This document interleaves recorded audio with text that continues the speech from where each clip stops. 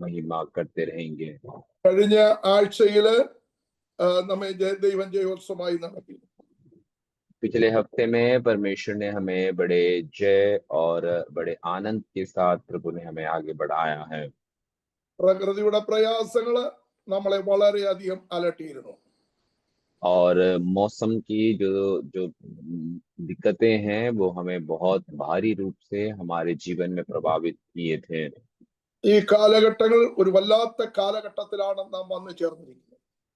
और ये जो मौसम या ये जो समय जहाँ पर हम आ चुके हैं, एक बुरा वक्त में हम आ पहुंचे हैं। രാഷ്ട്രീയ ലോകത്തിന് സമാധാനമില്ല. और राजनीतिक जो दुनिया है वहां पर भी कोई भी प्रकार की शांति नहीं। ഈ ലോകത്തിന്റെ നാനാ തുറകളിൽ ആയിരിക്കുന്ന അനേകർ സമാധാനം കാക്ഷിക്കുന്നുണ്ട്, പക്ഷേ സമാധാനം ലഭിക്കുന്നില്ല. और इस दुनिया के अनेक कोणों में लोग अपने जीवन में शांति को चाहते हैं, परंतु वे शांति को पा नहीं पाते। തലമുറകളാൽ അത് വിഷമിക്കുന്നവരുണ്ട്. और कई ऐसे हैं जो अपने बच्चों के कारण वे आमीन बहुत दुखी अनुभव कर रहे हैं। എന്നാൽ അതിന്റെ നടുവില് ദൈവം നമ്മളെ സമാധാനത്തോടും സന്തോഷത്തോടും കൂടെ ഈ ദിവസം കൊണ്ടുവന്നതിനാൽ നമുക്ക് ദൈവത്തെ സ്തുതിക്കുകയും മഹത്വപ്പെടുത്തുകയും ചെയ്യാം. लेकिन उसके मध्य में परमेश्वर ने हमें बड़े शांति के साथ और आनंद के साथ प्रभु की उपस्थिति में ले आया, इसलिए हम परमेश्वर को स्तुति धन्यवाद करते रहेंगे। ഇന്നത്തെ മീറ്റിംഗ് കണ്ടക്ട് ചെയ്യുന്ന പാസ്റ്റർ ജോയി അവരെ ഓർത്ത് ഞാൻ ദൈവത്തെ സ്തുതിക്കുന്നു. आज के इस मीटिंग की अगुवाई देने वाले प्रभु के दास पास्टर जॉय को याद करते हुए मैं प्रभु का धन्यवाद और स्तुति करता हूँ। കുടുംബത്തെയും കുഞ്ഞുങ്ങളെയും ദൈവം ധാരാളമായി അനുഗ്രഹിക്കട്ടെ. ശുശ്രൂഷകളെ ദൈവം മഹത്വപ്പെടുത്തുമാറാകട്ടെ. प्रभु के दास के परिवार और उनके बच्चों को बहुतायत से प्रभु आशीष देने पाए, साथ ही उनकी सेवकाई को भी प्रभु बहुतायत से बढ़ाने पाए। കർത്താവിന്റെ ശ്രേഷ്ഠദാസൻ പാസ്റ്റർ തോമസൻ കുടുംബം കുഞ്ഞുങ്ങളോടൊപ്പം ഇപ്പോൾ അമേരിക്കയിലായിരിക്കുന്നു എന്ന് നമുക്കറിയാമല്ലോ. അവരെ ഓർത്ത് നമ്മൾ പ്രാർത്ഥിച്ചു കൊണ്ടിരിക്കുന്നു. കർത്താവ് അവരെയും അവിടെവിടെയായി പരിപാലിക്കുമാറാകട്ടെ. हम जैसे जानते हैं प्रभु के दास पास्टर थॉमसन और उनके परिवार अपने बच्चों के पास विदेश में हैं। प्रभु उन्हें भी बहुतायत से अनुग्रह और शांति और आशीष देने पाए। അതെ, ഈ മെസ്സേജ് നന്നായി നിലയിൽ ട്രാൻസ്ലേറ്റ് ചെയ്യുന്ന പാസ്റ്റർ സാജൻ സാം വർഗീസ് അവരെ ഓർത്ത് ഞാൻ ദൈവത്തെ സ്തുതിക്കുന്നു. और इस मैसेज की इस संदेश के अनुवाद करने वाले प्रभु के दास पास्टर साजन सैम को भी याद करते हुए प्रभु का धन्यवाद मैं करता हूँ। ഈ സൂമിലെ എന്നോടൊപ്പം ദൈവവചനം ശ്രവിക്കുവാനും അത് ചിന്തിപ്പാനും ഒരുമിച്ച് കൂടി വന്ന ദൈവമക്കളെ ഓർത്ത് ഞാൻ ദൈവത്തെ സ്തുതിക്കുന്നു. आज इस जूम में प्रभु का वचन मेरे साथ मिलकर मनन करने के लिए और सुनने के लिए मेरे साथ उपस्थित हरेक प्रभु के लोगों के लिए मैं प्रभु का स्तुति और धन्यवाद करता हूँ। അത് നമ്മുടെ ദൈവദാസന്മാര് ഇന്ന് രാജു പി നായർ അവർ കടന്നു വന്നിട്ടില്ല. അത് പാസ്റ്റർ ജോർസി തോമസ് അവർ കടന്നു വന്നിട്ടില്ല. അവരൊക്കെ ഈ സഭായോഗത്തിന് ആവശ്യമുള്ള കാര്യങ്ങൾ ക്രമപ്പെടുത്തുകയാണെന്ന് നമ്മൾ കർത്താവിൽ വിശ്വസിക്കുന്നു. और आज हमारे कई प्रभु के दास लोग जैसे कि pastor Raju P Nair, pastor George C Thomas इत्यादि प्रभु के दास लोग आज उपस्थित नहीं हैं। हम ये विश्वास करते हैं कि आज रविवार के दिन है तो वे अपनी आराधना संबंधित कार्यों में वे आमीन अपने तैयारियां कर रहे होंगे। കർത്താവിന്റെ ദാസന് പാട്ട് പാടിയപ്പോൾ ഹിന്ദി പാട്ട് പാടിയപ്പോൾ എനിക്ക് സന്തോഷമായി. എന്നാൽ മലയാളം പാട്ടിൽ ഒരു പദം പാടി, ദൈവം ചെയ്ത നന്മകൾ എത്ര ആയിരം നാൾ ഒരു പുരുഷായി 10 പുരുഷായുസ് ലഭിച്ചാലും അത് വർണ്ണിച്ചു തീർക്കാൻ കഴിയത്തില്ല. प्रभु के दास ने जो गीत गाए थे, हिंदी गाना और मलयालम गाना, इसमें मलयालम गाना जब गाए तो मुझे बहुत आनंद महसूस हुआ, क्योंकि वो गीत का अर्थ इस प्रकार का था जो आखिरी में गाए कि परमेश्वर ने हमारे लिए जो किए हुए जो भलाई है उसी के लिए चाहे मैं हजारों बार उसका धन्यवाद करूं तो भी वे कम होगा, इतना प्रभु ने बहुतायत से मेरे लिए भलाई किया है। ഈ പാട്ട് പാടുമ്പോൾ നല്ല നീട്ടിയും കുറുക്കിയുള്ള ട്യൂണൊന്നുമല്ല ആവശ്യം. അതിലെ ആ ആ വാക്കുകൾ എങ്ങനെ നമ്മുടെ ഹൃദയത്തിൽ ആഴ്ന്നിറങ്ങുന്നോ അതാണ് അനുഗ്രഹം. और गीत गाने में वो कैसे सुर और ताल में गा रहे हैं, उससे भी बढ़कर और हमारे जीवन में वो गीत का जो बोली किस प्रकार से अर्थपूर्ण रूप से हमारे अंदर से कार्य करता है, वही बहुत मायने रखता है। ആ കർത്താവിന്റെ ദാസനെ ദൈവം ധാരാളം അനുഗ്രഹിക്കുമാറാണ്. प्रभु के दास को प्रभु बहुतायत से आशीष देने पाए। നമ്മൾ അല്പസമയം ദൈവവചനത്തിന്റെ അടുക്കിലേക്ക് അടുത്തു വരാൻ പോവുകയാണ്. हम थोड़ा समय प्रभु के वचन के पास आने जा रहे हैं। എന്റെ മനസ്സിലായ പ്രിയന്റെ ആത്മാർത്ഥ സ്നേഹിതൻ പാസ്റ്റർ കുര്യച്ചായൻ ഈ സൂമിൽ കയറിയത് എനിക്ക് ഒത്തിരി സന്തോഷമുണ്ട്. ഏറിയ കാലത്തിന് ശേഷമാണ് ഇങ്ങനെയെങ്കിലും ഞങ്ങൾക്കൊന്ന് കൂടാൻ ദൈവം അവസരം നിങ്ങളെ തന്നത്. और एंडमान्स में सेवकाई करने वाले प्रभु के दास पास्टर कुरियन के साथ आज जूम में आमीन प्रभु की स्तुति करने का अवसर मुझे मिला। मैं बहुत आनंदित हूँ क्योंकि बहुत समय के बाद कम से कम इस प्रकार से प्रभु की सेवकाई में भाग लेने के लिए प्रभु ने हमें एक अवसर दिया है।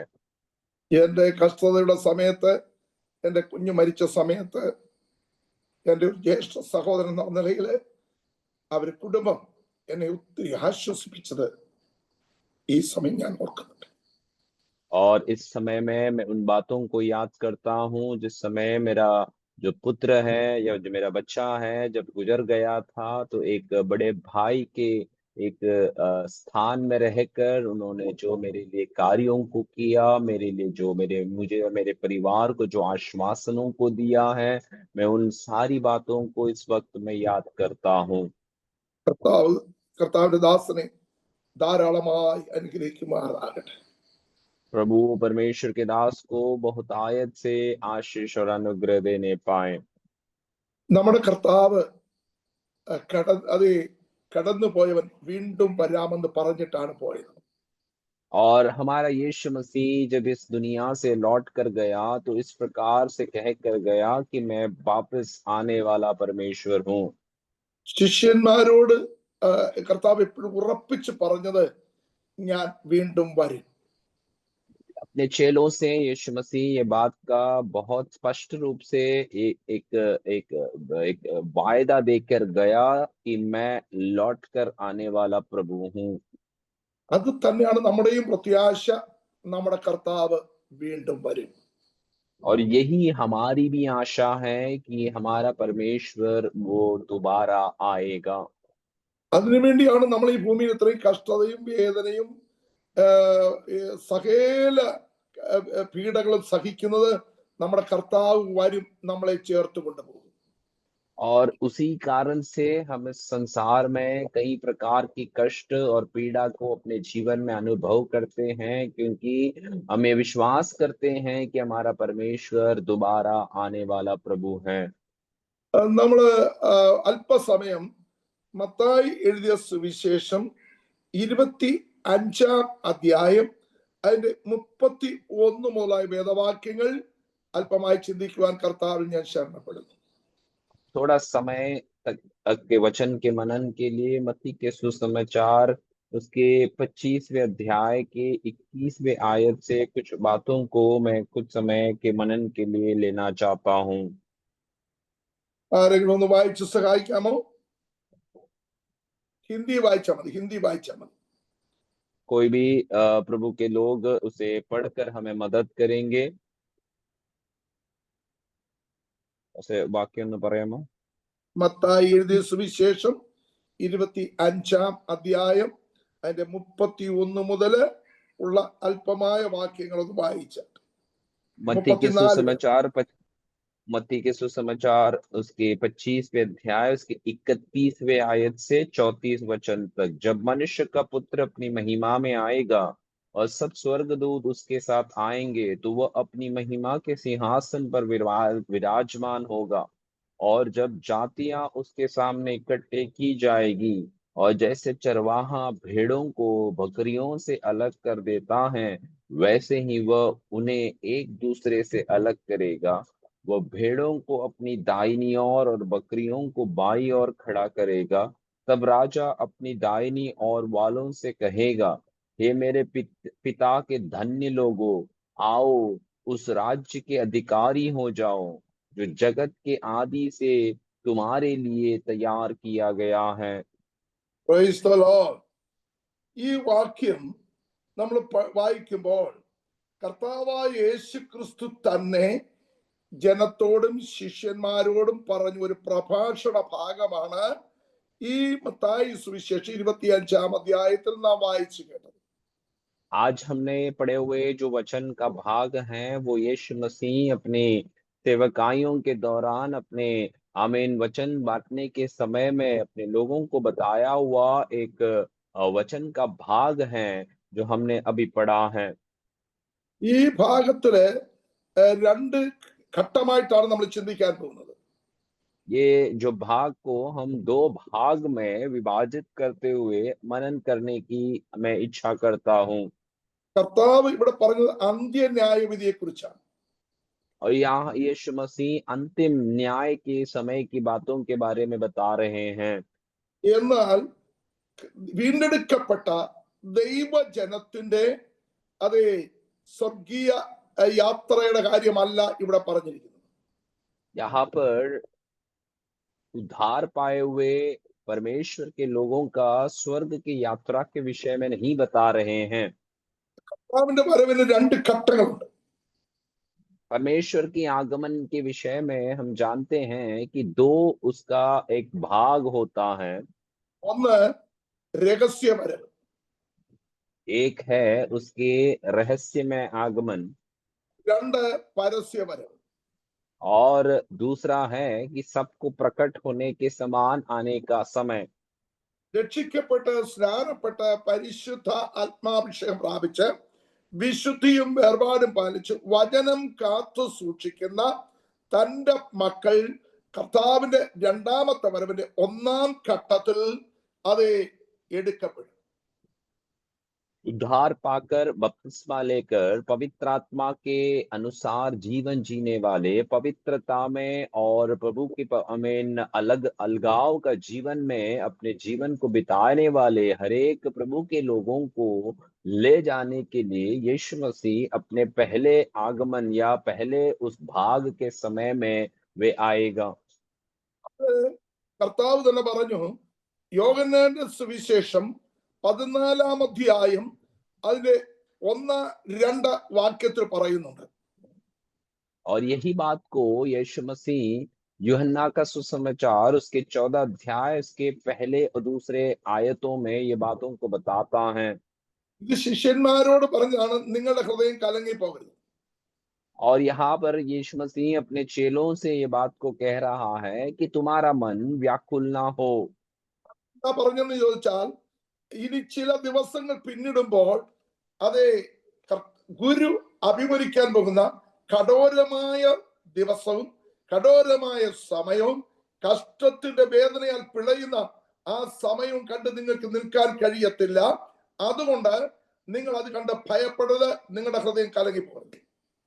और उसका कहने का कारण ये था कि कुछ दिनों के पश्चात तुम्हारी जो गुरु है वह अनुभव करने जाने वाले जो भी कष्ट और कठोर अनुभव हैं वो देखकर तुम विचलित नहीं होना है। तुम इन कष्टों को देखकर तुम निराशा में चले नहीं जाना है। അത് കർത്താവ് ശിഷ്യന്മാരെ ഉറപ്പിക്കുകയാണ്, ഒറ്റ വാക്കിൽ പറഞ്ഞു, നിങ്ങളുടെ ഹൃദയം കലങ്ങി പോകരുത്. और ये बातों को यीशु मसीह अपने चेलों को बताकर उन्हें दृढ़ कराना चाहता है और इसीलिए वो कह रहा है कि तुम्हारा मन व्याकुल ना हो। ഈ കാണുന്ന യഹൂദ സഹസ്രങ്ങളുടെ കഠോരമായ ശിക്ഷ കണ്ട് നിങ്ങൾ ഭയപ്പെടരുത്, നിങ്ങൾ ദൈവത്തിൽ വിശ്വസിക്കണം. और यीशु मसीह उन चेलों से बातों को उस समय बता रहा है कि तुम ये देखने जाने वाले ऐसे कठोर शिक्षा की विषयों को देखकर तुम व्याकुल नहीं होना है। मैं तुम्हारा परमेश्वर हूँ। ഇന്നും നമുക്കും പറയാനുള്ളത്, കഷ്ടതയും ഭാരവും വേദനയും പീഡകളും അനേകം കടന്നു വരുമ്പോൾ ദൈവമക്കളെ നമ്മൾ അതിൽ അതെ കലങ്ങിപ്പോകരുത്, ഭ്രമിച്ചു പോകരുത്. നമ്മൾ കർത്താവ് ദൈവത്തിലാണ് വിശ്വസിക്കുന്നത്.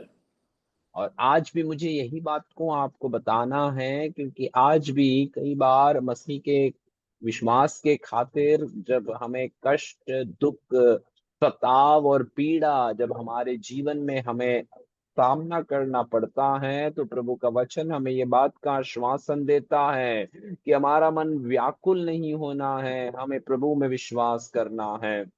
കർത്താവ് പറയുന്നു, എന്നിലും വിശ്വസിക്കും. और ये बात को यीशु मसीह बताता है, मुझ पर विश्वास करो। അതിനുശേഷം ഒരു പ്രത്യാശയുടെ പ്രവചനം കൊടുക്കുക. और उसके पश्चात यीशु मसीह उन्हें एक आशा का भविष्यवाणी को भी बता रहा है। വിശുദ്ധ ബൈബിളിൽ അനേക പ്രവചനങ്ങളുണ്ട്. और पवित्र शास्त्र में बहुत सारे भविष्यवाणियों को हम पाते हैं। നമ്മുടെ കർത്താവ് പറഞ്ഞ ഈ വലിയൊരു പ്രവചനം, അതിനു വേണ്ടിയാണ് നാം ഓരോരുത്തരും കാത്തിരിക്കുന്നത്. ഇതിനപ്പുറത്ത് മറ്റൊരു പ്രവചനമില്ല. हमारी यीशु मसीह ने हमें बताया हुआ सबसे बड़ी एक भविष्यवाणी है, जो हम उसी के लिए इंतजार करते हैं, और इससे बढ़कर और कोई भविष्यवाणी नहीं है। എന്റെ പിതാവിന്റെ ഭവനത്തിൽ അനേകം വാസസ്ഥലങ്ങളുണ്ട്. और ये बताया जा रहा है कि मेरा पिता के घराने में बहुत रहने का स्थान है। ഇല്ലെങ്കിൽ ഞാൻ നിങ്ങളോട് പറയുമായിരുന്നു. अगर ना होता तो मैं तुम्हें पहले ही बता देता। ഞാൻ പോയി നിങ്ങൾക്ക് സ്ഥലമൊരുക്കിയാൽ ഞാൻ ഇരിക്കുന്ന ഇടത്ത് നിങ്ങളും ഇരിക്കേണ്ടതിന് പിന്നെയും വന്ന് നിങ്ങളെ എന്റെ അടുക്കൽ ചേർത്തുകൊള്ളാം. यदि मैं जाकर तुम्हारे लिए जगह तैयार करूं, तो फिर आकर तुम्हें अपने यहाँ ले जाऊंगा, कि जहां मैं रहूं वहां तुम भी रहो। യേശു ക്രിസ്തുവിന്റെ രക്തത്താൽ വീണ്ടെടുക്കപ്പെട്ട ദൈവ മക്കൾ കർത്താവിന്റെ രണ്ടാമത്തെ വരവിന്റെ ആ സീക്രട്ട്, ആ രഹസ്യ വരവിൽ നാം ഈ ഭൂമിയിൽ നിന്ന് രൂപാന്തരം പ്രാപിച്ച് എടുക്കപ്പെടും. यीशु मसीह के आमीन दूसरे आगमन में इंतजार करने वाले, विश्वास करने वाले, आशा लगाए हुए लोग यीशु मसीह के उस आगमन के समय में इस दुनिया से उठा लिए जाएंगे। അതിനെക്കുറിച്ച് അനേക പ്രാവശ്യം നാം ദൈവജനങ്ങളിൽ നിന്ന് കേൾക്കുകയും പഠിക്കുകയും ചെയ്താണ്. എന്നാൽ ആ അതെ വിശുദ്ധന്മാര് കടന്നു പോയതിനു ശേഷം 7 വർഷക്കാലം നാം കർത്താവിനോട് കൂടി സ്വർഗത്തിലായി. और इसके बारे में हम अनेक जगहों से ये बात का वचनों को हम पढ़ते हैं, हम सुने भी हैं कि यीशु मसीह के आगमन के पश्चात अगले 7 साल हम उसी के साथ राज करेंगे, वास करेंगे। അതെ, അപ്പോസ്തല പ്രവൃത്തി 1-ാം അധ്യായത്തിൽ നമ്മൾ വായിക്കുന്നുണ്ടല്ലോ. അതിന്റെ 11-ാം വാക്യത്തിൽ വായിക്കുന്നുണ്ട്, ഗലീല പുരുഷന്മാരെ, നിങ്ങൾ ആകാശത്തിലേക്ക് നോക്കി നിൽക്കുന്നത് നിങ്ങളെ വിട്ട് സ്വർഗാരോഹണം ചെയ്ത ഈ യേശുവിനെ നിങ്ങൾ പോകുന്നവനായി കണ്ടതുപോലെ തന്നെ അവൻ വീണ്ടും മടങ്ങി വരും.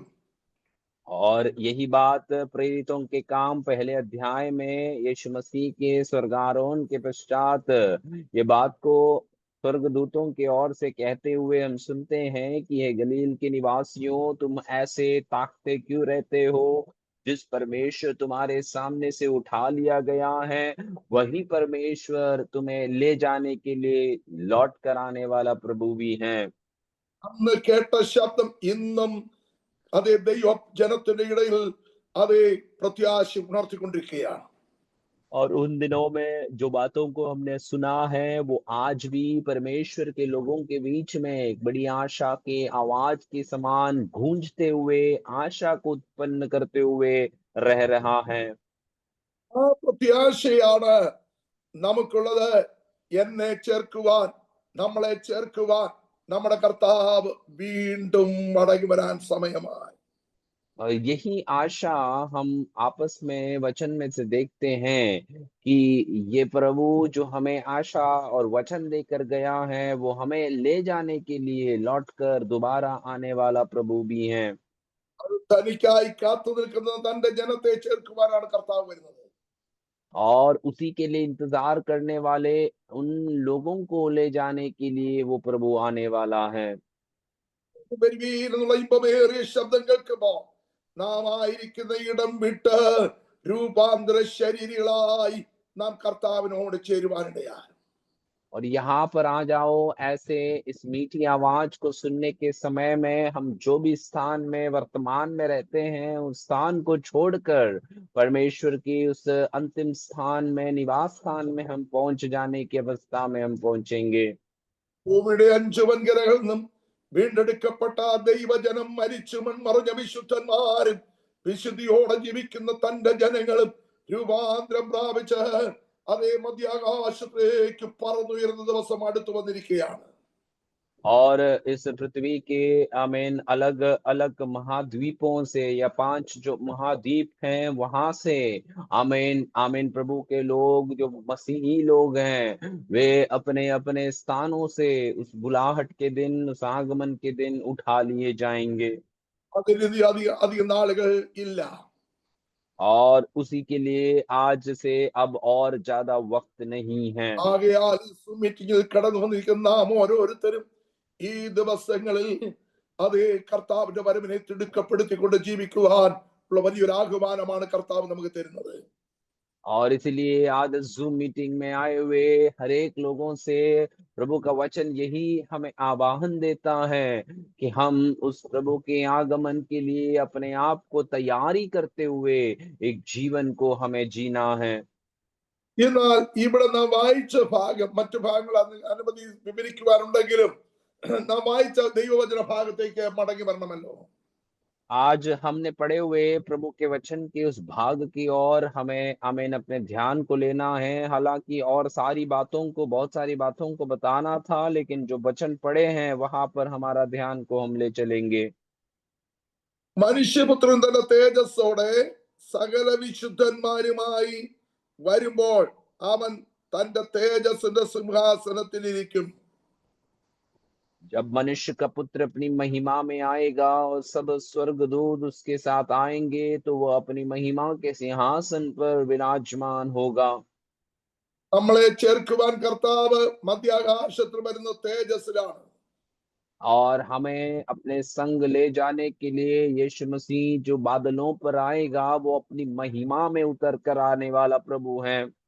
എന്നാൽ പ്രൈസ് ദി ലോർഡ്, ഹല്ലേലൂയ, ന്യായവിധിക്കായി, അന്ത്യ ന്യായവിധിക്കായി കർത്താവ് വരുന്നത് ആയിരം ആയിരം വിശുദ്ധ ദൂതന്മാരും വിശുദ്ധന്മാരുടെ അകമ്പടിയോടുകൂടി കർത്താവ് ഈ താണലോകത്തിലേക്ക് വരും. और आखिरी में हम ये बात को भी देखते हैं कि परमेश्वर अपने आमीन युगान युग के वास के लिए, राज्य के लिए, जब आमीन अपने आमीन उतर आने वाला समय में हजारों से हजारों प्रभु के पवित्र लोगों के साथ वे आएंगे, ऐसे प्रभु का वचन हमें सिखाता है। അതേ ഒന്നാമത് ഭൂമിയിൽ വന്നത് മനുഷ്യവർഗത്തിന്റെ പാപത്തിന്റെ പരിഹാരത്തിനെങ്കിൽ ഇനി വരുന്നത് തേജസ്സിന്റെ സിംഹാസനത്തിലിരുന്ന് ന്യായം വിധിക്കുവാനാണ് നമ്മുടെ കർത്താവ് വരുന്നത്. पहला बार परमेश्वर यदि इस संसार में आए तो मनुष्य के पाप का छुटकारा दिलाने के लिए क्रूस पर अपने जान को देकर वो उसका आगमन हुआ। तो दूसरा आगमन जब वो करेगा, तो मनुष्य जो पवित्र लोग हैं वे आमीन उनकी न्याय करने के लिए, या सारे पृथ्वी के लोगों के न्याय करने के लिए, न्याय के सिंहासन पर बैठने वाला राजा के समान वो आएगा। സകല ജാതികളെയും അവന്റെ മുൻപിൽ കൂട്ടും. सारी जातियों को अपने सामने वे इकट्ठे करेंगे। അവൻ അവരെ ഇടയൻ ആടുകളെ, ചെമ്മരി ആടുകളെയും കോലാടുകളെയും തമ്മിൽ വേർതിരിക്കുന്ന പോലെ അതേ വേർതിരിച്ചു നിർത്തും. जैसे एक चरवाहा भेड़ों को और बकरियों को जैसे अलग करता है, वैसे वे अलग करेंगे। വലത്തുള്ളത് ചെമ്മരി ആടുകളും ഇടത്തുള്ളത് കോലാടുകളുമാണ്. और आमीन वचन हमें बताता है कि दाहिनी ओर अपने भेड़ों को और बाई और बकरियों को वे खड़ा करेंगे। ഈ ദിവസങ്ങളിൽ ഈ ലോകത്തിൽ നമ്മളായിരിക്കുമ്പോൾ കോലാടുകളുടെയും ചെമ്മരിയാടുകളുടെയും പോലെ ഇടകലർന്നാണ് ഒരു ദൈവവൈദ്യൻ ജീവിക്കുന്നതെങ്കിലും അതേ ഒരു സെപ്പറേഷൻ, ഒരു വേർതിരിവിന്റെ ദിവസം വരുന്നുണ്ട് എന്ന് ദൈവമക്കൾ മനസ്സിലാക്കണം. इन दिनों में हम परमेश्वर के लोग इस संसार में जब हम जीते हैं तो हो सकता है कि आप बकरियों के साथ भेड़ आमीन रहने वाले एक मिश्रित अवस्था में आज अपने लोगों को देखेंगे, लेकिन प्रभु का वचन हमें बताता है कि उन अंतिम दिनों में दोनों के बीच में एक अलगाव का अनुभव को हम देखे जाएंगे। ഈ ആട്ടിൻകൂട്ടങ്ങൾ ഒരു വയലിൽ ഒരു മലമ്പ്രദേശത്ത് ഒരുമിച്ച് മേയുന്നു എങ്കിലും അതേ സന്ധ്യാസമയത്ത് ഇടയൻ സെപ്പറേറ്റ് ചെയ്യുന്നത് പോലെ ദൈവമക്കളെ നമ്മുടെ വേർപാടിന് ദിവസം വരുന്നുണ്ട്, നമ്മളെ വേർതിരിക്കുന്ന ദിവസം വരുന്നുണ്ട്. അത് നമ്മുടെ ജീവിതത്തിന്റെ ഒരു പ്രത്യാശയുടെ ദിവസമാണ്. അതിനായി നാം ഈ ദിവസങ്ങൾ വിശുദ്ധിയെ തികയ്ക്കാം. यहाँ पर हम देखते हैं कि जब भेड़ या बकरी जो है एक साथ उन पहाड़ी क्षेत्रों में या चराई के क्षेत्र में अपनी भोजन को वो करते हैं, लेकिन शाम के समय चरवाहा जो है उन बकरियों के बीच में से भेड़ों को जैसे अलग करता है, वैसे ही प्रभु के लोगों हमारा यीशु मसीह लौट कर आने के समय में ऐसे ही अनुभव होगा कि वे इस दुनिया के शेष लोगों से मसीहों को, पवित्र लोगों को वे अलग करते हुए आमीन अपने साथ वो ले जाएगा, और वो दिन बहुत निकट है, ये प्रभु के लोग ये जान जाए। ഇവിടെ പറയുന്നു, 33-ാം വാക്യത്തിൽ ഇങ്ങനെ പറയുന്നു, 34-ാം വാക്യത്തിൽ പറയുന്നു, പിന്നെ രാജാവ് തന്റെ വലത്തുള്ളവരോട് അരുളി ചെയ്യുന്നത്. और उसके 34वें आयत के पहले भाग में इस प्रकार बताता है कि राजा अपनी दाहिनी और वालों से इस प्रकार कहेगा। അതേ വലത്തുള്ളവരോട് ഇപ്രകാരം പറയുന്നു. और अपने दाहिनी ओर बैठे हुए लोगों से या खड़े हुए लोगों से इस प्रकार वो कहता है, എന്റെ പിതാവിനാൽ അനുഗ്രഹിക്കപ്പെട്ടവരെ, हे मेरे पिता നിങ്ങൾക്കായി के धन्य लोग। അനുഗ്രഹിക്കപ്പെട്ടവരെ വരുവി, ലോകസ്ഥാപനം മുതൽ നിങ്ങൾക്ക് വേണ്ടി ഒരുക്കിയിരിക്കുന്ന അതേ രാജ്യം അവകാശമാക്കിക്കൊള്ളുവി.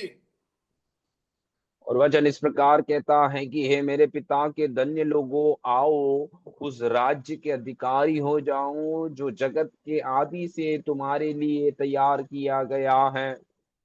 അപ്പോൾ ലോകസ്ഥാപനത്തിന് മുൻപേ നമുക്ക് വേണ്ടി ഒരുക്കിയിരിക്കുന്ന ഒരു രാജ്യം സ്വർഗത്തിലുണ്ട്. तो वचन हमें ये बात को बताता है कि जगत की उत्पत्ति से पहले हमारे लिए तैयार किया हुआ एक राज्य उस स्वर्ग में है। നാം ദൈവത്തിന്റെ മക്കളായി തിരഞ്ഞെടുക്കപ്പെട്ടത് ലോകസ്ഥാപനത്തിന് മുൻപേയാണ്. और ये बात को हमें समझ जाना है कि हम परमेश्वर के संतान के रूप में जब से इस दुनिया के उत्पत्ति या दुनिया के आमीन जब से परमेश्वर ने स्थापित किया उससे पहले से ही है। ഞാനും നിങ്ങളും വിചാരിക്കും നമ്മുടെ അമ്മയുടെ ഉദരത്തിൽ നാം ഉരുവായ സമയത്താണ് നമ്മെ ദൈവം കണ്ടതെന്ന്. അല്ലവേ അല്ല, ലോകസ്ഥാപനത്തിന് മുൻപേ നമ്മെ അവനിൽ തെരഞ്ഞെടുത്തു. और हम और आप इस प्रकार शायद सोचेंगे कि जब मैं अपने माँ के गर्भ में उत्पन्न हुआ तब उसने मुझे देखा है। नहीं प्रियो, प्रभु का वचन हमें बताता है कि जगत की उत्पत्ति से पहले ही उसने हमें देख रखा है। എഫേസ്യ ലേഖനം അങ്ങനെയാണല്ലോ പറയുന്നു. 1-4 വാക്യം പറയുന്നു, അതെ, നമ്മെ ലോകസ്ഥാപനത്തിന് മുൻപേ അവനിൽ തെരഞ്ഞെടുത്തു. इफिसियों की पत्री 1-4 आयत में ये बात को हमें बताया जाता है कि जगत की उत्पत्ति से पहले उसने हमें चुन लिया है। ആകയാൽ അതെ, ന്യായവിധിക്ക് മുൻപേ തേജസ്സിന്റെ സമയത്ത് കർത്താവിന്റെ രണ്ടാമത്തെ ഒന്നാം ഘട്ടത്തിൽ പോകുവാൻ ഈ ദിവസങ്ങൾ ഈ സൂമിറ്റിലിരിക്കുന്ന നാം ഓരോരുത്തരും ഒരുങ്ങേണ്ടത് ആവശ്യമാണ്. इसलिए प्रभु के लोगों, ये बात को हमें याद रखना है या ध्यान रखना है कि परमेश्वर के न्याय के सिंहासन में बैठने से पहले जब परमेश्वर अपने पवित्र लोगों को ले जाने के लिए आएगा, उसी समय में हम और आप तैयारी के साथ उसकी उस आगमन में चले जाने के लिए हम ध्यान रखना बहुत जरूरी है। ഈ രഹസ്യവരവിന്റെ മധ്യാകാശത്തിൽ വന്ന് നമ്മളെ പേർ വിളിച്ച് കൊണ്ടുപോയതിനു ശേഷം നമുക്ക് വേണ്ടി ദൈവം വെച്ചിരിക്കുന്ന കിരീടങ്ങളാൽ നമ്മെ അണിയിക്കുന്ന ദിവസങ്ങളാണ്. മധ്യാകാശത്തിൽ നിന്ന് കർത്താവ് നമ്മളെ ചേർത്ത് നമ്മളെ സ്വർഗത്തിൽ എത്തിക്കുമ്പോൾ, പിതാവിന്റെ മഹിമയുടെ വലത്തുഭാഗത്ത് എത്തിക്കുമ്പോൾ നമുക്ക് ലഭിക്കുന്ന സൗഭാഗ്യം.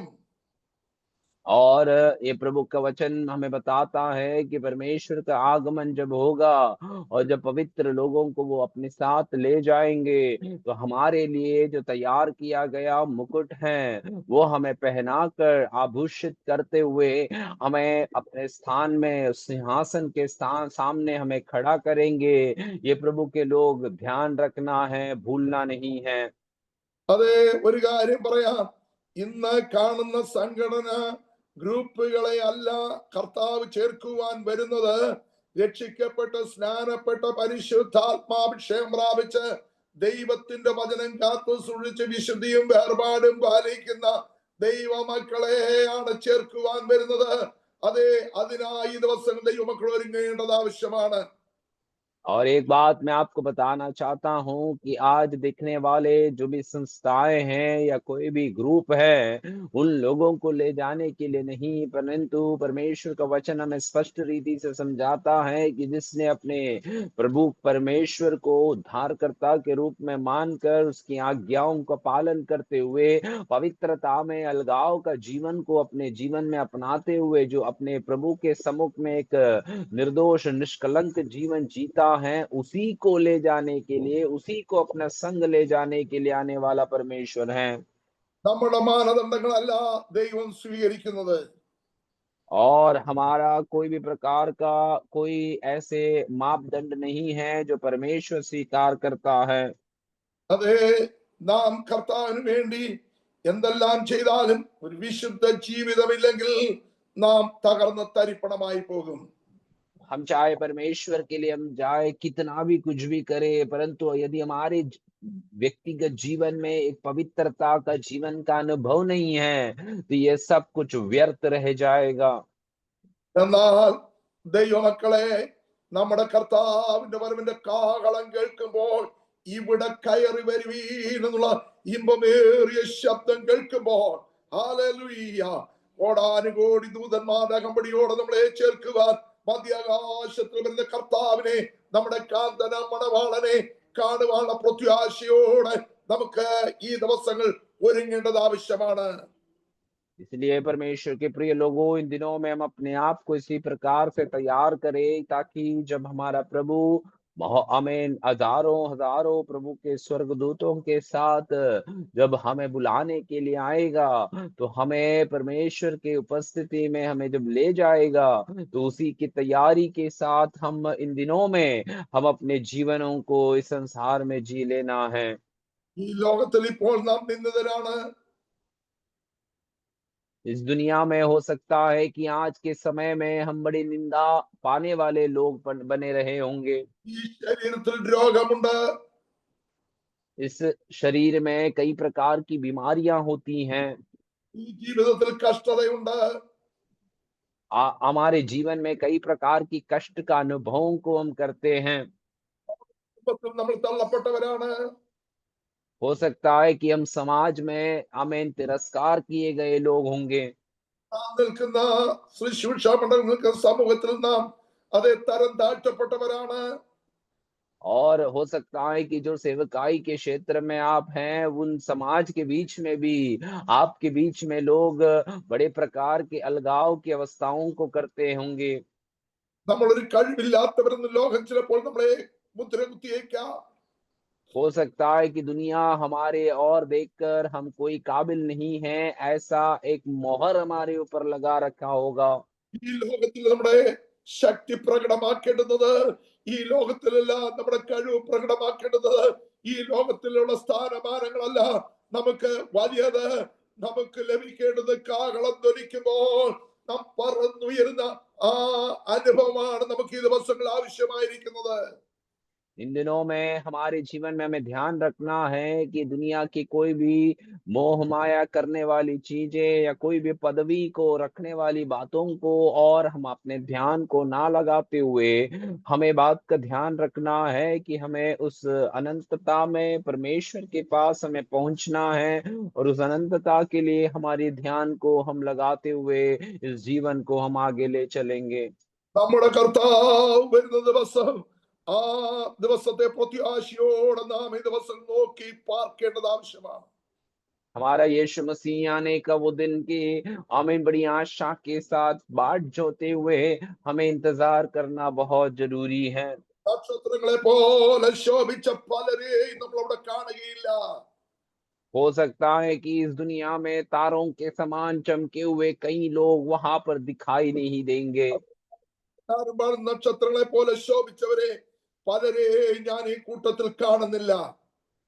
और वचन में भी ये बात को बताते हैं कि उस समय में आमीन तारों के समान आमीन चमकने वाले कई लोग वहां पर दिखाई नहीं दे रहे हैं। നക്ഷത്രങ്ങൾ പോലെ ലോകെ ശോഭിച്ചോരിൽ ചിലരെ കാണുന്നില്ല ഞാൻ ഈ ലോകെ ശുദ്ധർ കൂട്ടത്തിൽ. നക്ഷത്രങ്ങൾ പോലെ ലോകെ ശോഭിച്ചോരിൽ ചിലരെ കാണുന്നില്ല ഞാൻ ഈ ലോകെ ശുദ്ധർ കൂട്ടത്തിൽ. എന്നോ നിമേകെ വന്നിടും വിശ്രാമ നാട്ടിലെത്തിടുവാൻ ഉണ്ടോ ഇനി കാലദൈർഘ്യം എത്ര നാൾ ഞാൻ ഓടണം ചൊല്ലിടുക ആത്മാവേ എൻ ആശ്വാസത്തിനായി. Praise the Lord. നക്ഷത്രങ്ങളെ പോലെ ശോഭിച്ച അതേ പേരും പെരുമയും എടുത്തവർ അനേകർ ഈ വിശുദ്ധന്മാരുടെ കിണത്തിലില്ല. അതാണ് പാട്ടുകാരൻ പറഞ്ഞ് ഞാൻ നോക്കി അവരെ ആരെയും കാണുന്നില്ല എന്നാണ് പാട്ടുകാരൻ പറയുന്നത്. गीतकार भी इस प्रकार से गीत गाता है कि इस दुनिया में तारों के समान एक समय में चमकने वाले अनेक लोग आमीन उस अनंतता में स्वर्ग में के साथ कोई भी दिखाई नहीं दे रहे थे। നോർത്ത് ഇന്ത്യയുടെ അതേ നോർത്ത് ഇന്ത്യയുടെ അനേക സ്ഥലങ്ങളിൽ ദൈവദാസന്മാർ പീഡിപ്പിക്കപ്പെടുന്ന അനേക ദൈവമക്കൾ അതേ നിന്ദതരും അപമാനിതരുമായി പീഡകളാൽ വേദനപ്പെടുന്നുവെങ്കിൽ എനിക്ക് അവരോട് പറയാനുള്ളത് നിങ്ങളുടെ നിങ്ങളുടെ തേജസ് വർദ്ധിച്ചുകൊണ്ടിരിക്കുകയാണ്. और उत्तर भारत के क्षेत्रों में यदि आप अनेक प्रकार की पीड़ा या सताव में से होकर जा रहे हैं और हो सकता है कि आपकी पीड़ाएं, आपकी सताव, आपके दुख और कष्ट कोई देख नहीं रहा होगा, लेकिन एक बात को मैं आपको आज बताना चाहता हूं कि स्वर्ग में आपके लिए उसका प्रतिफल अनेक है। वो परमेश्वर आपके सारी इस अवस्थाओं को देख रहा है। അതേ ലോകസ്ഥാപനം മുൻപേ നിങ്ങൾക്ക് വേണ്ടി ഒരുക്കിയിരിക്കുന്ന ആ രാജ്യത്തിലേക്ക് പ്രവേശിക്കുകയെന്ന അതേ യഹോവയായ ദൈവത്തിന്റെ ശബ്ദം കർത്താവിന്റെ ശബ്ദം കേൾക്കുമ്പോൾ ഹല്ലേലൂയ അന്ത്യന്യായവിധിയിൽ രക്ഷിക്കപ്പെടുന്ന ഒരു രക്ഷിത ഗണമുണ്ട്. അവർക്ക് നിത്യമായ ഒരു രാജ്യം അവിടെ ഒരുക്കിയിട്ടുണ്ട്. और जैसे परमेश्वर का वचन में बताया जाता है कि संसार के जगत की उत्पत्ति से पहले तुम्हारे लिए तैयार किए हुए उस स्थान में प्रवेश करो, ऐसे जब तुम्हारे प्रति कहा जाएगा तो प्रभु का वचन भी हमें बात को याद दिलाता है कि उस जगत की उत्पत्ति से पहले हमारे लिए तैयार किए हुए उस स्थान में बड़ी आशा के साथ प्रवेश करने के लिए हमें भी अपने आप में तैयारी में हमें रहना है। അതേ കർത്താവ് പറഞ്ഞു അതേ നിങ്ങൾക്ക് വേണ്ടി ഒരുക്കിയിരിക്കുന്ന രാജ്യം അവകാശമാക്കിക്കൊള്ളുക.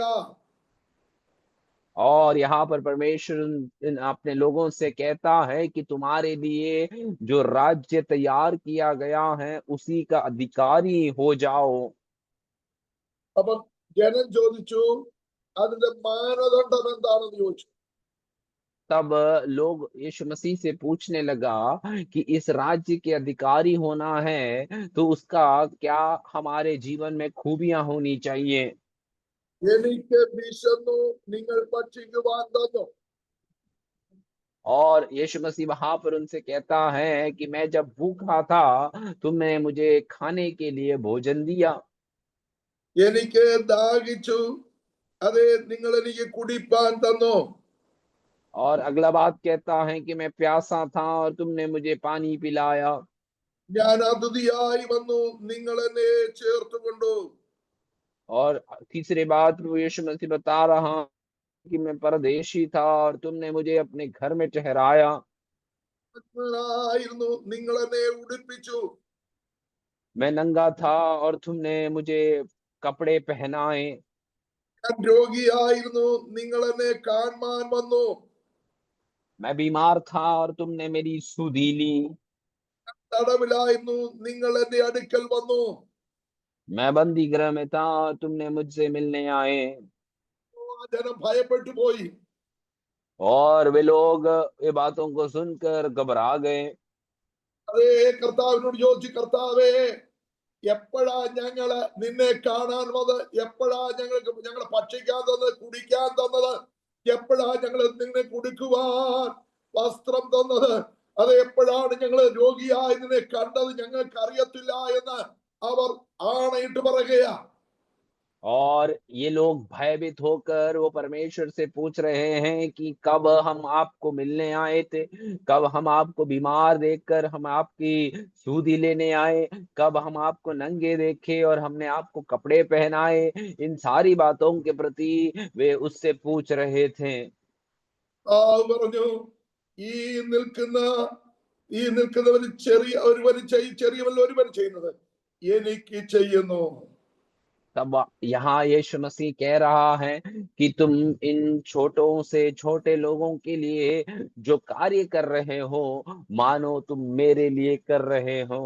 കർത്താവിന് വേണ്ടി ഒരു ഗ്ലാസ് വെള്ളം കുടിക്കുവാൻ കൊടുത്താലും, കർത്താവിന്റെ നാമത്തിന് വേണ്ടി കൊടുത്താലും അതിനും മറന്നു പോകാത്ത ദൈവം, പ്രതിഫലം തരുന്ന ഒരു ദൈവം നമ്മുടെ ദൈവമാണ്. और प्रभु के नाम के खातिर आपने किसी को पीने के लिए गिलास पानी भी दे दे, तो वो भी आपके लिए भलाई के रूप में गिनने वाला परमेश्वर हमारा परमेश्वर है। കർത്താവിന്റെ നാമത്തിന് വേണ്ടി ചെയ്തത് മറന്നു പോകാത്ത ഒരു ദൈവമാണ് നമ്മുടെ ദൈവം. आपने जो परमेश्वर के नाम के खातिर जो भी कार्यों को किया है, वो कभी ना भूलने वाला एक परमेश्वर है हमारा प्रभु। ചിലപ്പോൾ നിന്നിൽ നിന്ന് അനുഭവിച്ചവർ മറന്നു പോയിരിക്കാം. हो सकता है कि आपके जीवन से जो लोग कई बातों को जो अनुभव किया है, वे शायद आपको भूल गए होंगे। അവർ നിനക്കെതിരായി കൂട്ടം കൂട്ടമായി നിന്ന് സംസാരിച്ചെന്നിരിക്കും.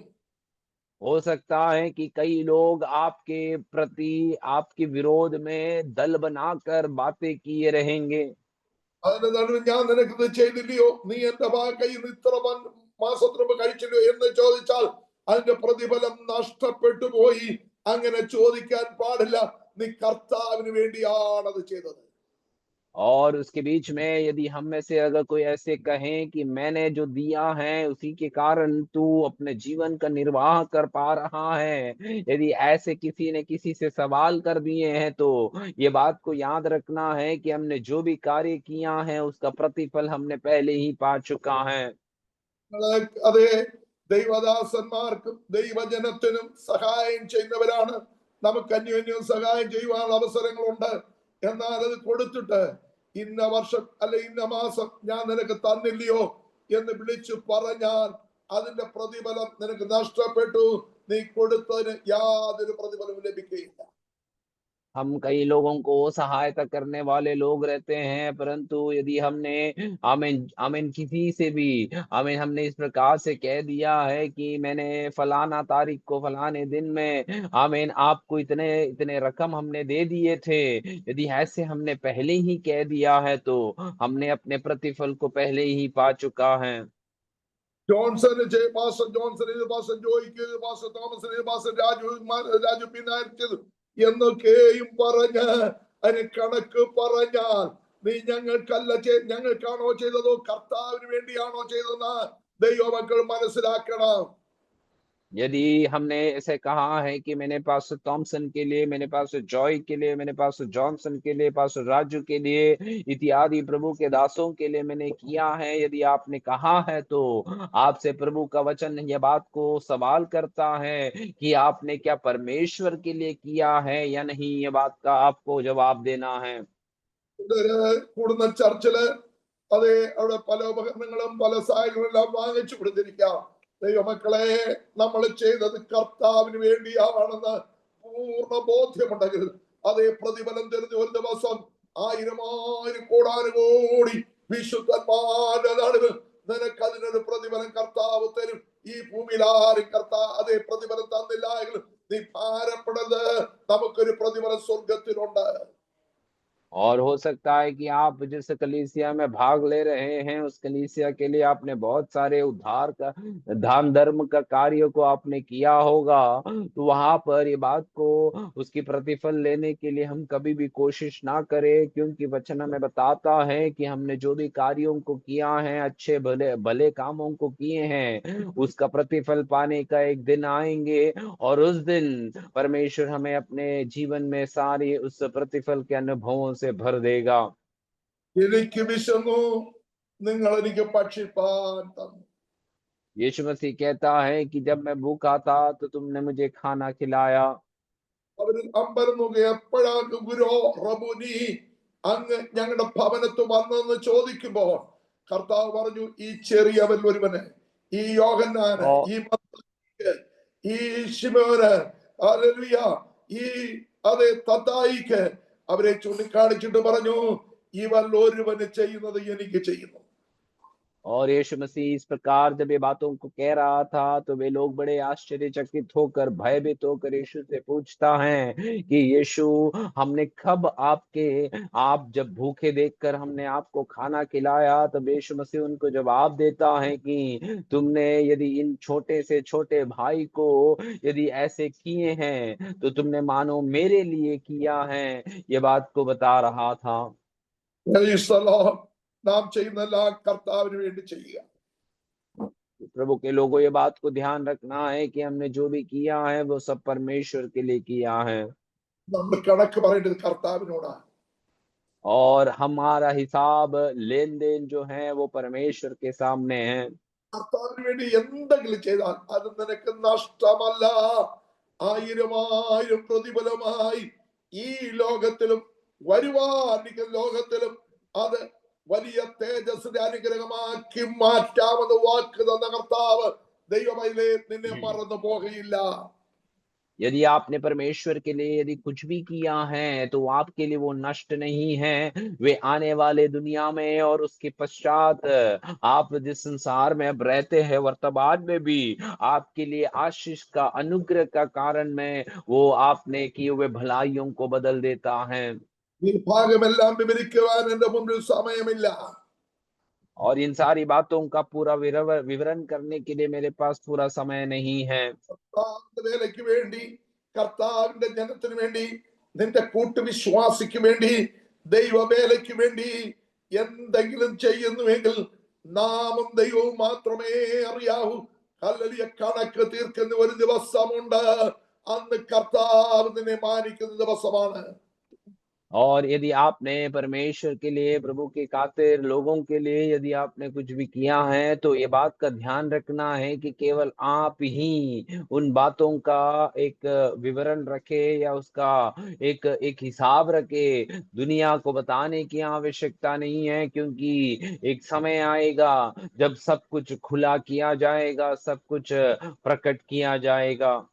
എന്നാൽ ഇടത്തുള്ളവരോട് പറയുന്നു, लेकिन प्रभु का वचन कहता है जो बाएं तरफ में लोग खड़े थे उनसे इस प्रकार कह रहा है, ശപിക്കപ്പെട്ടവരെ, हे शापित लोगों, ശപിക്കപ്പെട്ടവരെ.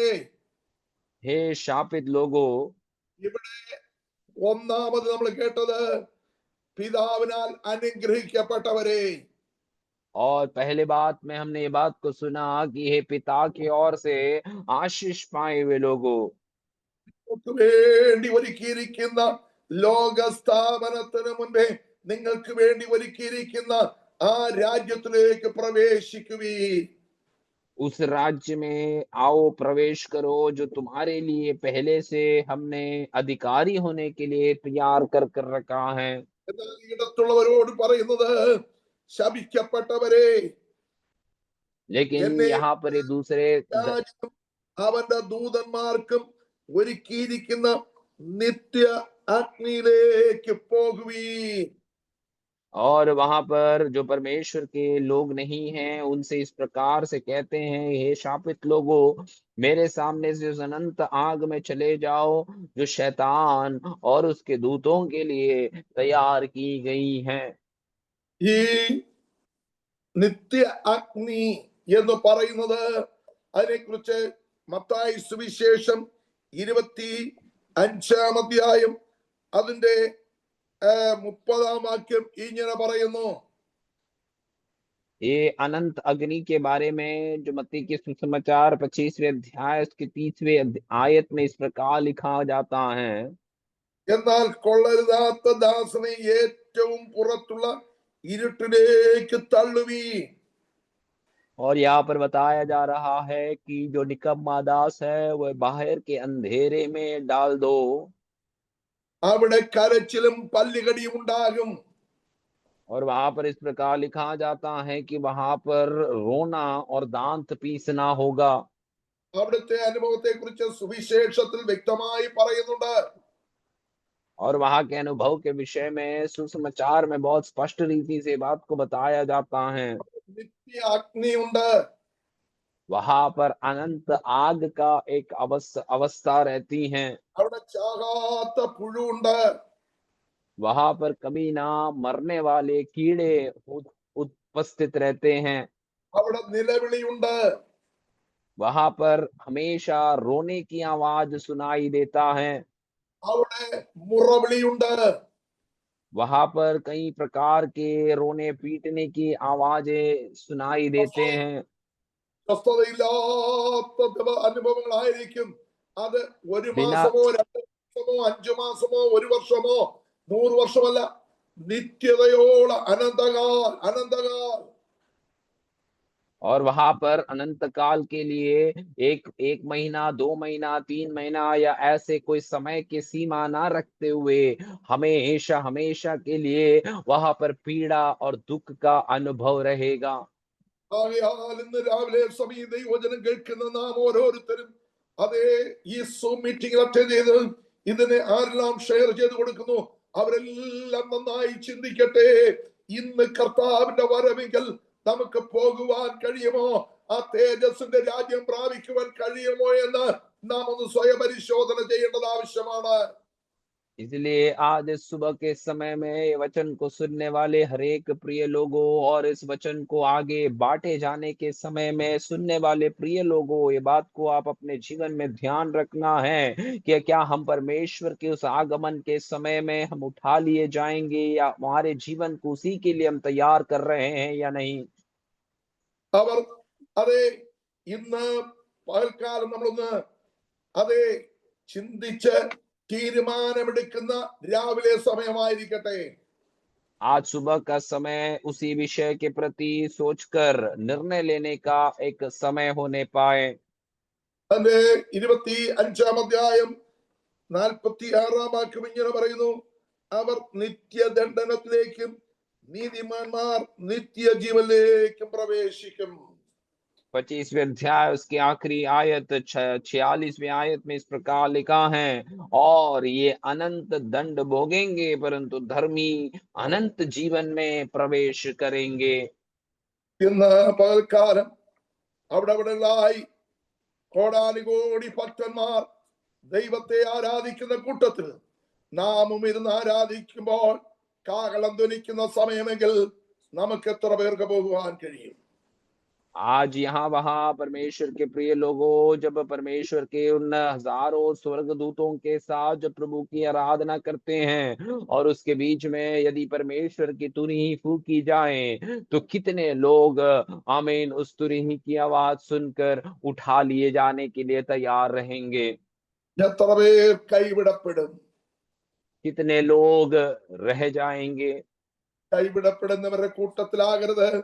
ഈ പ്രസംഗിക്കുന്ന ഞാനും ദൈവവചനം വിവർത്തനം ചെയ്യുന്ന ദൈവദാസനും ഈ മീറ്റിംഗിൽ കടന്നു വന്ന് അറ്റൻഡ് ചെയ്യുന്ന എല്ലാവരും അത് കൈവിടപ്പെടുന്നവരുടെ കൂട്ടത്തിലാകരുത്.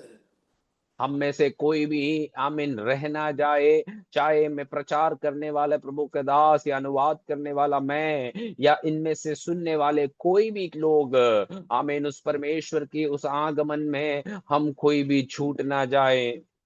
കർത്താവ് വരാൻ സമയമായി. हमारा परमेश्वर का आने का समय निकट हो चुका है। ധ്വനിക്കാൻ സമയമായി. उस तुरही का फूकने का समय निकट आया है। ആകയാൽ ഈ ദിവസങ്ങളിൽ കർത്താവിന്റെ इसलिए ഒരുങ്ങാം. ഹല്ലേലൂയ, കാഹളം കേൾക്കാൻ സമയമായി. इसलिए आओ इन दिनों में वो परमेश्वर के आगमन के लिए हम तैयार हो जाएं। उस तुरही का फूकने का समय निकट आ चुका है। ഒരു പാട്ടിന്റെ ഒരു വരി പാടിക്കൊണ്ട് ഞാൻ ഈ മെസ്സേജ് ഇവിടെ കൺക്ലൂഡ് ചെയ്യാണ്. കർത്താവ് നമ്മെ അനുഗ്രഹിക്കുമാറാകട്ടെ. एक गीत के एक कुछ भाग को गाकर मैं अपनी संदेश को यहाँ समाप्त करना चाहता हूँ। परमेश्वर हम सबको आशीष देने पाए। കാഹളം കേൾക്കാറായി, തന്റെ കാന്തയെ ചേർക്കാറായി. കാഹളം കേൾക്കാറായി, തന്റെ കാന്തയെ ചേർക്കാറായി. ഈ മരുവാസം തീരാറായി, നാം സ്വർഗ കനാനിൽ ചേരാറായി. ഈ മരുവാസം തീരാറായി, നാം സ്വർഗ കനാനിൽ ചേരാറായി. നമ്മുടെ പൗരത്വം സ്വർഗത്തിൽ, നമ്മുടെ രാജാവേശുപരൻ. നമ്മുടെ പൗരത്വം സ്വർഗത്തിൽ, നമ്മുടെ രാജാവേശുപരൻ. നമ്മുടെ പ്രത്യാശ തൻ വരവ്, തന്നോടൊന്നായി ചേർത്തിടുവാൻ. നമ്മുടെ പ്രത്യാശ തൻ വരവ്, തന്നോടൊന്നായി ചേർത്തിടുവാൻ. ലോകം ത്യജിച്ചവരെ, അപമാനിതരായവരെ, ലോകം ത്യജിച്ചവരെ, അപമാനിതരായവരെ, നമ്മുടെ രക്ഷക തേജസ്സിൽ വരുമ്പോൾ നമ്മൾക്കു നിത്യാനന്ദം. നമ്മുടെ രക്ഷകൻ തേജസ്സിൽ വരുമ്പോൾ നമ്മൾക്കു നിത്യാനന്ദം. നമ്മുടെ പൗരത്വം സ്വർഗത്തിൽ, നമ്മുടെ രാജാവേശുപരൻ. നമ്മുടെ പ്രത്യാശ തൻ വരവ്, തന്നോടൊന്നായി ചേർന്നിടുവാൻ. നമ്മുടെ പ്രത്യാശ തൻ വരവ്, തന്നോടൊന്നായി ചേർന്നിടുവീൻ. ഹല്ലേലൂയ. ഇത്രയും സമയം ദൈവവചനം കേൾക്കുവാനും ദൈവവചനം അതേ മനസ്സിലാക്കുവാൻ, നന്നായ നിലയിൽ ദൈവവചനം അതേ ഹിന്ദി പരിഭാഷ ചെയ്യുവാനും ദൈവവചനങ്ങളെ തന്നല്ലോ. ഇന്ന് നാം ഭാഗ്യവാന്മാരാണ്. നമ്മുടെ കർത്താവ് വരാറായി. അതിനായി ഒരുങ്ങാം. മറാനാഥ.